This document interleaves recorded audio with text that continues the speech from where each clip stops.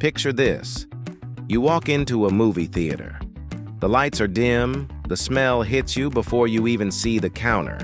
And suddenly, without thinking, you're handing over $8 for a bag of popcorn big enough to feed a small village. But why? Why is popcorn the snack of the silver screen?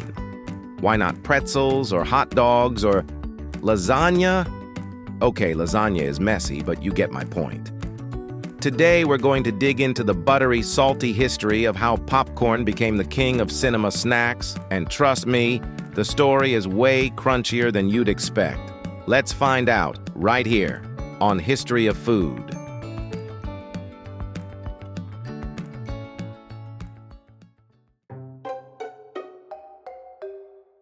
Popcorn wasn't invented in a movie theater. It's been around a lot longer than film. Longer than electricity, longer than Shakespeare, longer than your great-great-great-grandparents. The oldest known popcorn was discovered in caves in New Mexico, dating back over 5,000 years. Indigenous peoples across North and South America were popping corn long before it was cool, or before people were sitting in air-conditioned rooms watching superheroes punch each other in CGI. Popcorn wasn't just a snack. It was sometimes used in ceremonies, jewelry, and even storytelling traditions. By the 1800s in America, popcorn had already hit the streets, literally. Street vendors sold it at fairs, circuses, and markets. But here's the thing. Popcorn smells incredible. That scent? It's like free advertising. People would catch a whiff, follow their noses, and buy a bag. This smell marketing would later become popcorn's golden ticket into theaters. Let's fast forward to the early 1900s. Movies were a new, fancy form of entertainment, and theaters, then called movie palaces, were just that, palatial. Think velvet curtains, ornate ceilings, and strict ushers who looked like they were auditioning for the role of Victorian policemen. These theaters were classy spaces, and popcorn? Popcorn was street food.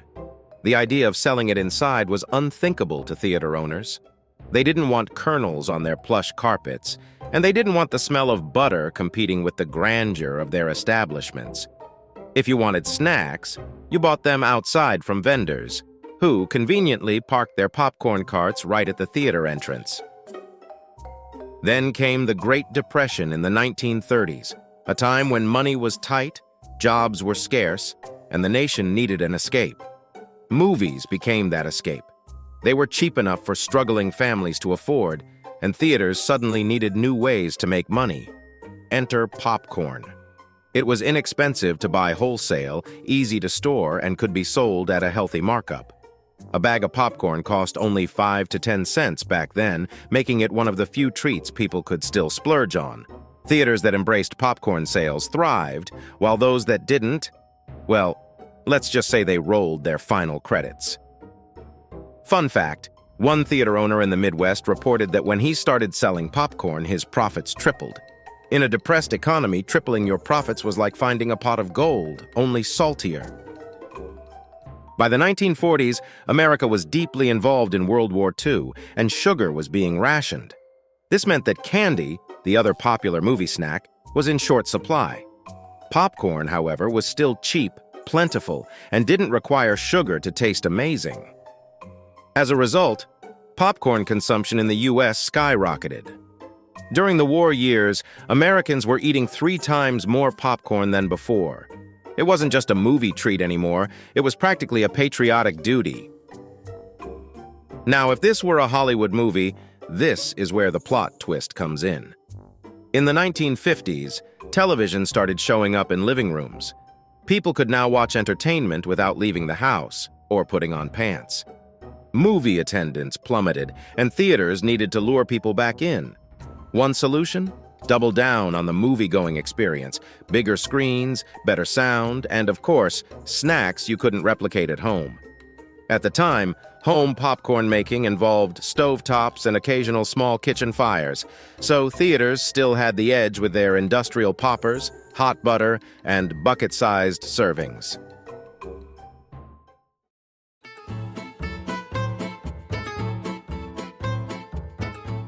Fast forward again to the 1980s. Microwave popcorn hits grocery store shelves, changing the home snacking game forever. Suddenly, you could make decent popcorn in 3 minutes without setting off the smoke alarm, but theaters still had their trump card: ambiance. You can pop a bag at home, sure, but you can't recreate that iconic smell in a dark theater with booming surround sound, a giant screen, and 100 strangers all pretending not to notice you eating half the bag before the previews are over. So why did popcorn become the movie snack instead of, say, nachos or candy? First, the economics. Popcorn is cheap to make but can be sold for an absurd markup, sometimes up to 1,300%. It's like liquid gold, if liquid gold were crunchy and occasionally got stuck in your teeth. Second, the sensory factor. Popcorn smells amazing, and that aroma wafts through a theater lobby like a sales pitch you can't refuse. It's also light and easy to eat in the dark. No utensils, no plates, minimal mess, unless you spill the whole tub, in which case, condolences. Third, tradition. For nearly a century, popcorn and movies have been linked in our cultural memory. Eating popcorn at a movie isn't just about the snack, it's about the ritual. Just like hot dogs at baseball games or cake at birthdays, it's part of the experience. Now, we can't talk about movie popcorn without addressing the elephant in the room: the price. Yes, we all know it's ridiculously overpriced. You could buy an entire box of microwave popcorn for the cost of a small at the theater. But here's the thing. Theaters make most of their profit from concessions, not ticket sales. In many cases, ticket revenue goes straight to the studios, especially in the first few weeks of a movie's release. Your $10 popcorn is basically what keeps the lights on and the projectors running.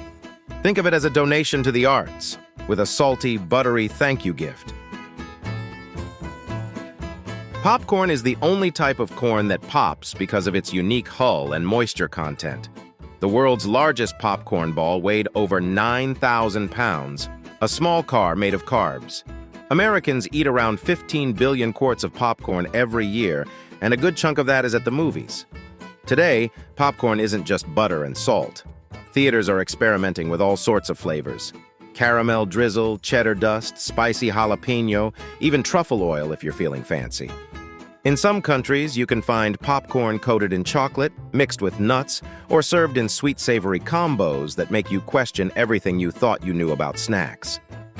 And let's be honest, part of the fun is customizing your bucket. Some people go half butter, half plain. Some dump candy right in the tub. Some, like me, strategically shake the bag mid-movie to redistribute the butter because, yes, that's the kind of person I am. So next time you're sitting in a theater, hand deep in a bucket of popcorn, remember, you're participating in a tradition that goes back decades, shaped by economic crashes, world wars, and the irresistible power of snack smells. It's not just popcorn. It's history in a bag. It's a survival for theaters. It's the unofficial co-star of every film you've ever seen on the big screen. Thank you for watching.